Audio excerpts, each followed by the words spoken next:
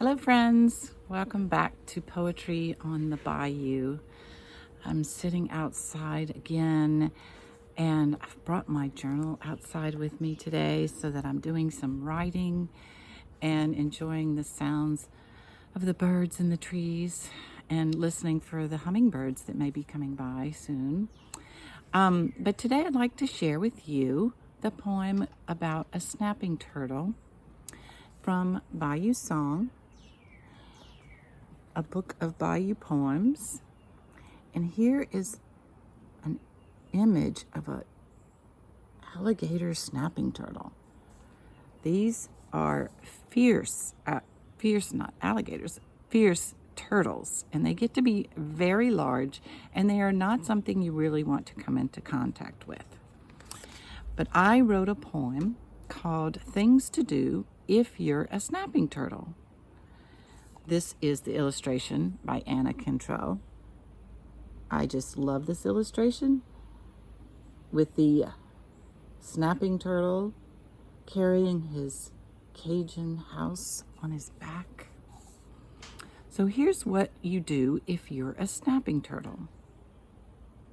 Wear a gray-green coat. Call it a carapace. Pretend to be an alligator. Camouflage yourself in mud. Periscope your nose for some air. Take out the trash from Bayou's bottom. Stick out your tongue to lure a minnow in. Dig for a tasty crawfish. Linger on a cypress root along the bayou's edge. Bask in the afternoon sun seeping through the trees. Never leave your room. I love that last line because that last line was actually given to me by a student when I was writing this poem. And I also love the way that it tells you that it's okay just to stay in your room and to be alone. And that's something that we're having to learn really well this year.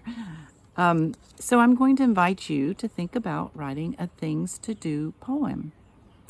So when you write a things to do poem, you're trying to think about your animal that you've chosen with personification. Personification is when you give that animal qualities like a human, like a person. So if we look back at the things to do if you're a snapping turtle, well, never leave your room. How is that like a snapping turtle? They carry their carapace, right? Their coat and their room along with them. And how would you not leave your room, right? So we're trying to think of things that you might be able to do as well. So you start with picking the animal, things to do if you're a cat, for example.